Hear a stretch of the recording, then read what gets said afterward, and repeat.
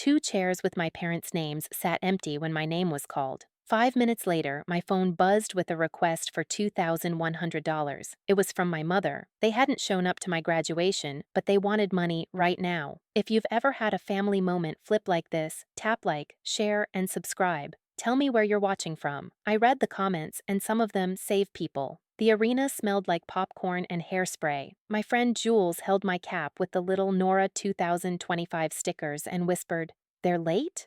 I showed her my screen. Zelle request from Linda and Mark. $2,100. Note, urgent family thing. I typed, "Are you outside?" Mom replied in seconds. "Traffic, send it. We'll be in before your row." Another buzz, this time a text from Dad. "Be a team player. We raised you." My stomach sank. I still had rent due on Monday and 2 shifts left at the coffee shop. I wrote, "I can't. Are you coming or not?" No answer. The dean said another name. I watched the door, the way you watch for headlights that never turn into your street. After the ceremony, I took photos with Jules by the banner, trying to smile like this wasn't going to be the photo I'd avoid for the next 10 years. At 2:17 p.m., Mom sent, "We need it for a deposit. You got gift money today anyway." I typed back, "I didn't get any gifts. You weren't here." 3 dots appeared, then disappeared. Jules squeezed my shoulder. "Do not send it." I didn't. I hit decline. At 3:02 p.m., Dad called. "Nora, this is family. Your cousin's wedding venue needs to lock tonight. We'll pay you back Friday." "The cousin who didn't invite me?" I said. Silence. Then a low threat. "Don't make this difficult." I hung up and saved the call log like I was already going to need proof.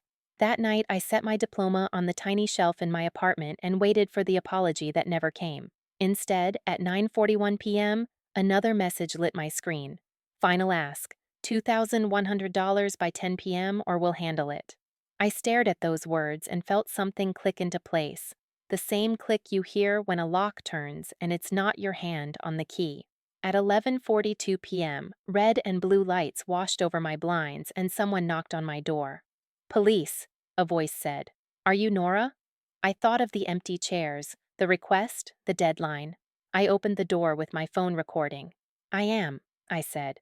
"What did my parents tell you?" "They told us you stole $2,100, the taller officer said, hand near his belt but not on it. "And that you might be a danger to yourself." I kept the chain on the door and held up my phone so the screen faced them. "They skipped my graduation at 2 this afternoon, sent me a Zelle request at 2:17 and threatened to handle it at 9:41. I declined, that's all." Officer Reyes glanced at Officer Patel, then at the messages. He read the timestamps out loud, slow, like he wanted them in the report. "This is civil," he said. "We can't make you pay anyone, and a welfare check isn't a way to collect a debt." He handed me a card. "Incident numbers on there. If they keep calling, start a harassment log." Patel cleared his throat. "One more thing, they asked for a civil standby tomorrow to pick up a laptop they say they bought you. You don't have to let them in if you don't want to. Do you have a receipt?" "Yes," I said, pulling a photo from my files. A Best Buy receipt with my name and the last 4 of my card. "Good," Reyes said. "Keep that handy." They stepped back, and I shut the door, turned the deadbolt, and stood in the quiet, heart loud in my ears. I texted Jules. "They sent cops." She called at once. "Are you okay?" "I'm fine," I said, and it was true in a shaky way. I opened my laptop and froze my credit with all 3 bureaus. If they wanted leverage, I'd take it away. At 11:56, Dad texted again. "Last warning, you owe the family. Pay or we take steps." I typed back, "For money claims, use small claims court. Do not contact me except by email." 3 dots appeared, then nothing. I brushed my teeth with my phone in my pocket like it was a life jacket. When I came back, 2 new alerts waited. One from my bank. Zelle request declined. One from my carrier. Your account owner has changed your plan. The bars in the corner of my screen fell to 0, the way a voice dies mid-sentence. My parents hadn't come to get a laptop. They'd cut my phone line at 12:03 a.m. I switched to Wi-Fi and emailed myself every screenshot, every call log, the incident number on the officer's card. I was about to power down when a new email popped up from management at Harbor Place. My building. Subject: Unit 3, B, After Hours Inquiry. The body was one sentence long. Your parents contacted our emergency line tonight about family property inside your unit. Please confirm you did not authorize entry. My finger hovered over reply. If they were calling my landlord at midnight, they weren't done. They were moving, fast, and they were aiming for my door. I replied to the building right away. I do not authorize entry by Linda or Mark. Please note, police incident number 2147-RX. If they come back, call me and the non-emergency line. 2 minutes later, Kyle from the office emailed back at 12:09 a.m. Got it.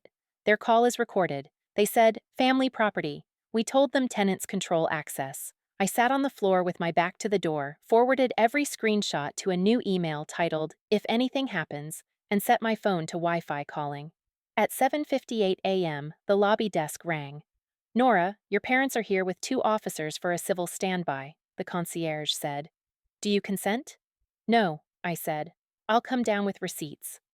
I slid the Best Buy receipt into my pocket, grabbed my ID, and took the elevator. The same officers from last night stood by the couches. My parents were dressed like Sunday. Mom held an empty laptop sleeve for show. Dad nodded at the officers. We bought her the MacBook. We're taking it back until she pays the $2,100. Officer Reyes looked at me.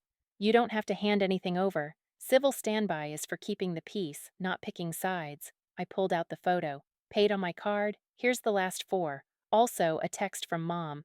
Happy early graduation. Enjoy your laptop. Reyes read it, then turned to them.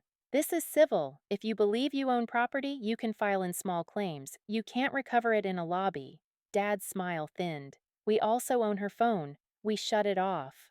That's a phone plan, not a person, Officer Patel said. And cutting service to force money is not a thing we help with. Mom's voice dropped to sugar. We're just trying to teach responsibility. Kyle stepped over with a printout. Also, please stop calling our emergency line. Any unauthorized entry will be treated as trespass. Mom blinked like she'd never heard the word directed at her before. They turned to leave, but Dad pivoted. Fine, we'll go another way. He looked right at me. You'll regret this. I felt the old fear rise and did the thing I'd practiced all night. For money claims, use email only, I said. Any contact at my home or work will be reported. They walked out, and the doors sighed shut behind them. I exhaled, shaky but steady, and thanked the officers. Reyes handed me a new card. Start your log. If they show up again, call us. I took the elevator back up, thinking the worst was over, and found a yellow paper taped to my door. 24-hour notice to enter. Emergency contact requested access, it read, with my name misspelled and a sloppy signature that looked a lot like my dad's. The twist hit hard and clean. They hadn't needed a key. They'd tried to use my emergency contact slot like a back door, and they almost got in. Kyle buzzed me into the office, and when I held up the yellow 24-hour notice, he didn't even need to read it. We don't use that font, he said, turning it over, and we spell Harbor Place without the U. He pulled up the camera feed from 11:38 p.m. My dad in a ball cap, glancing both ways, taping the paper to my door. Kyle printed a still with time and date, stapled it to the recording request form, and slid it across. We'll email you the audio from their midnight call, too. It's already flagged. I forwarded everything to my If Anything Happens email, then walked to the carrier store on Market at 9:12 a.m. The rep scanned my ID. Your number was moved to a different SIM at 12:03 a.m. by the main account owner, she said. Do you want to port it to a new account under you? Today, I said. She set me up with a fresh SIM and a single-line plan, printed the changelog with timestamps, and circled the line that mattered. I put the paper in a folder with the Best Buy receipt, the police card, the lobby photo, the fake notice, and screenshots of every Zelle request. At 10:41, I sat in a chair at Northern Station and filed a harassment report. Officer Reyes met me in the lobby. Good, he said when I showed him the forged notice. California Civil Code 1954 covers entry. This isn't it. If they show up again, call us. We'll trespass them. Back home, I emailed my parents from a new alias I'd created just for them. All money disputes must go through email. Do not contact my landlord or employer. Do not come to my home. For any claim, use small claims court. Further contact outside email will be reported. At 11:22, Mom replied from her iCloud, "You're being dramatic. Meet at Aunt Carol's tomorrow at 1 p.m. family meeting." 2 minutes later, my cousin Addison DM'd me on Instagram with a screenshot from the family group. Linda, Nora will cover the $2,100 deposit tonight. She owes the family. She said so. Addison added, "Did you actually say that? Also, are you okay?" I stared at the screenshot until my eyes stung. I typed back, "I didn't say that. Please save everything." My phone buzzed again. Email from the building with an MP3 attached. I hit play and heard my mother's smooth voice at 12:05 a.m. "We're her emergency contact, and there's a family laptop inside her unit. She's not stable. We need entry." The operator answered, patient. "We can't. Tenant permission required." Then my father, "She owes money. We'll come with police." The tape ended with the operator saying, "Do not come back. This call is recorded." I added the file to my folder and felt something settle in me. Not anger, a plan. If they wanted a family meeting, fine. I'd bring the folder. I texted Jules, "Tomorrow, Aunt Carol's, 1 p.m. She replied in seconds, "I'm driving. Also, I'm printing 2 sets." At 12:57 p.m., another email came in from Dad with the subject, "Compromise." "Bring $1,000 in cash and we'll call it even." I read it twice, then hit reply. "For all claims, use small claims. I will not bring cash. I will bring receipts. Send any further messages by email for the record." His next message came with a single line that felt like a dare. "Then come ready." I was. Aunt Carol's living room felt staged for a verdict. Plastic runner on the rug, a bowl of mints, everyone sitting too straight. It was 1:03 p.m. when Jules and I walked in with the folder. Mom smiled like a host. "Phones away, family only." I put mine on the table, face up, recording light on. "Good," I said. "Let's talk about last night." Dad cleared his throat. "This is simple. You cover the $2,100 deposit and we all move on." I opened the folder and slid copies around. Best Buy receipt, the police card, the carrier change log with 12:03 a.m., a still photo of my dad in a ball cap at 11:38 p.m., taping a fake notice to my door, and a printed transcript of the midnight call to my building. Aunt Carol picked up the photo first. "Mark," she said softly, "is this you?" He didn't look at it. "Someone's playing games." I hit play on the MP3. Mom's voice filled the room. "We're her emergency contact. She's not stable. We need entry." Then Dad, "She owes money. We'll come with police." The operator answered, "Do not come back. This call is recorded." The room went still. "They edited that," Mom said, but it sounded like a script she forgot how to sell. I pointed to the carrier log. My number was moved at 12:03 a.m. by the account owner. Here's the printout. Addison, who'd been quiet, shot Mom a look. "You told the group Nora promised to pay last night." She held up her phone with the screenshot. "She didn't." Mom flushed. "We were under pressure." "From who?" I asked. "The venue?" Aunt Carol's eyebrows lifted. "Let's ask." She dialed on speaker. "Hi, this is Carol Hayes for the Addison Reed wedding. Is there a $2,100 deposit due today?" The coordinator checked. "All deposits are paid. Final balance due next month." Aunt Carol ended the call and turned to my parents. "So the story isn't true." Dad's jaw flexed. "We fronted other things. Nora owes us." I slid over the last sheet, texts from Mom. "Happy early graduation. Enjoy your laptop." And from Dad last night. "Pay or we take steps." Then I looked at Aunt Carol. "I filed a harassment report this morning. The forged notice, the calls to my landlord, the midnight phone port. They're all in it. If they show up at my building again, they'll be trespassed." Mom's voice went thin. "We were trying to teach responsibility." "You tried to break into my home," I said, "with a fake form and a lie about my mental health." The old fear rose, but it didn't run the show. It just made space for a line I'd practiced. For any money claim, email only. File in small claims if you believe I owe anything. Do not contact me in person again. Aunt Carol folded her hands like she was keeping them from shaking. Linda, Mark, you will not use my house for this. Dad stood turning to the door, then looked back at me. You'll regret making enemies of family. Jules didn't blink. She didn't. You did. They left, fast, the way people do when the air is no longer theirs.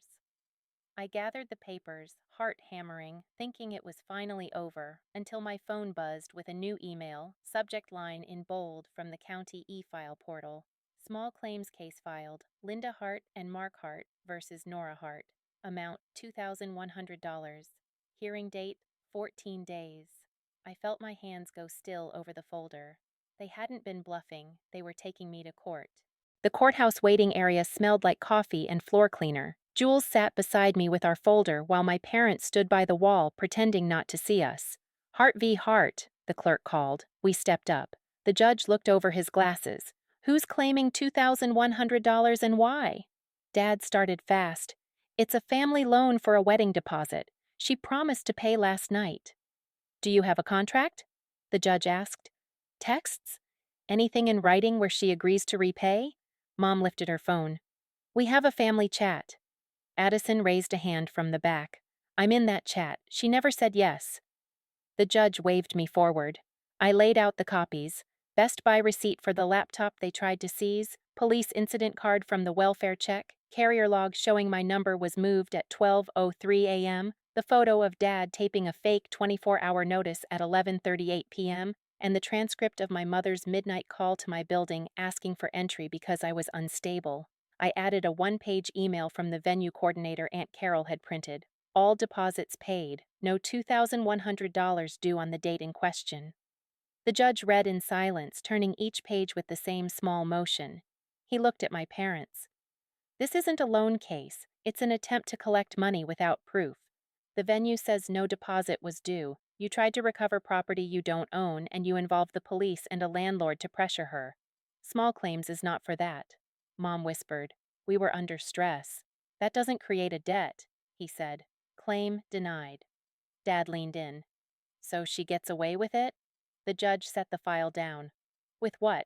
You didn't bring a contract, you didn't bring a receipt, you brought threats. He signed the order, slid copies to both sides. Ms. Hart, if this continues, consider a civil harassment order. Court is adjourned. The gavel didn't bang. It didn't need to. Outside, the hallway felt like air after a storm. Mom brushed past me and hissed without looking. You'll pay some other way. Jules stepped between us. Don't. We walked to the elevators. My hands were steady until my phone buzzed at 4:12 p.m. An alert from Experian. Credit application blocked due to security freeze. The lender name sat on the screen like a dare. A minute later, another email landed from the bank. Someone attempted to open a card using your SSN. Address provided, 14 Magnolia Lane. My parents' house. I took a screenshot, saved it to the folder, and felt the same click in my chest from the night of graduation. Losing the case wasn't their last move, it was their first. I opened a new email to Officer Reyes with the subject line, New attempt, credit. Then I looked at Jules. I think we're done asking them to stop, I said. We start making it official. I sent Officer Reyes the screenshots and the lender alert, and he called back before the ring finished. File the FTC identity theft report tonight, he said, and bring me the case number. By 4:37 p.m., I had a PDF with a long string of numbers and a sworn statement. At 5:09, Northern Station stamped my police report for attempted credit fraud and added my folder to the file, the fake notice, the midnight phone port, the landlord call, the small claims loss.